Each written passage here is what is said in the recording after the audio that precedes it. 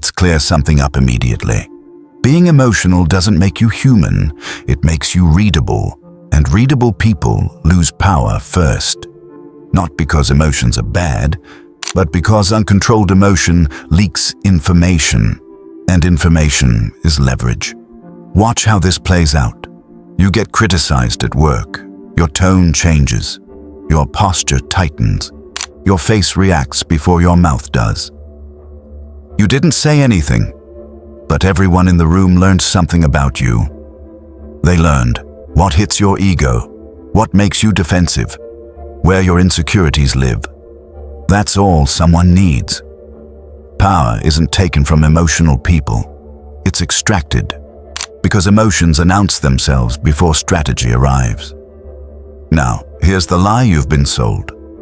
You should express how you feel. Be authentic. Let them know where you stand.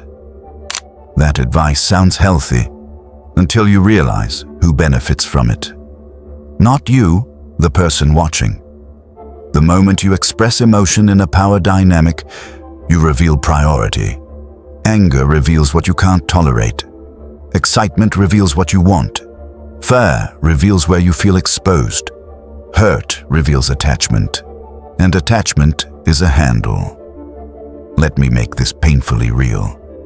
Think about negotiations. Who loses first? The person who raises their voice, justifies themselves, explains too much, rushes to be understood. That person isn't being honest. They're being transparent. And transparency without leverage is weakness. Now look at relationships. Why do emotionally reactive people always feel powerless? Because every reaction trains the other person. When you react instantly, you teach them how to trigger you. You show them what you fear losing. You confirm how invested you are. They don't need to dominate you. They just wait, delay a reply, withdraw warmth, create uncertainty, and you do the rest.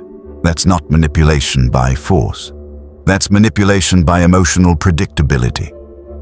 Here's the brutal truth. Emotions move faster than thought, and whoever moves faster exposes themselves first. Power belongs to the one who can pause. Now let's talk about something most people don't want to hear. Emotional people believe they're honest, but most of the time, they're not. They're reacting, not choosing. They confuse intensity with truth. Just because something feels strong doesn't mean it's accurate.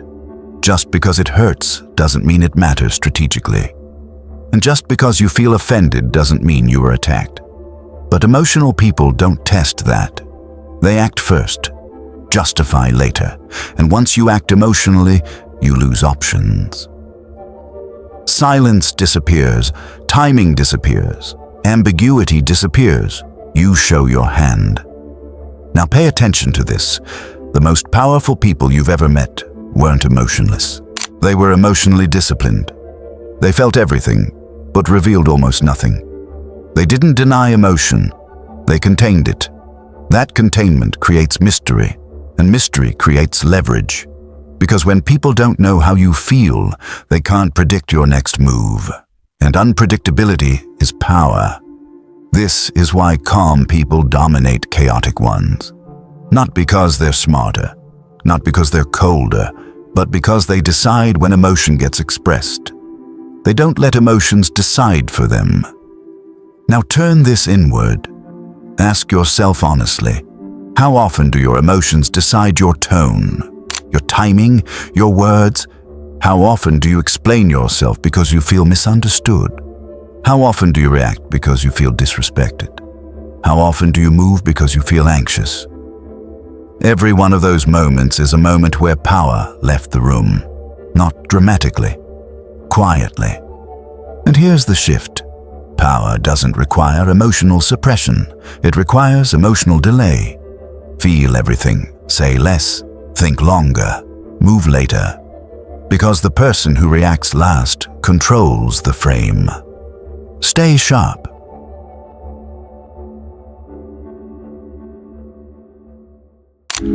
Thanks for spending time with us.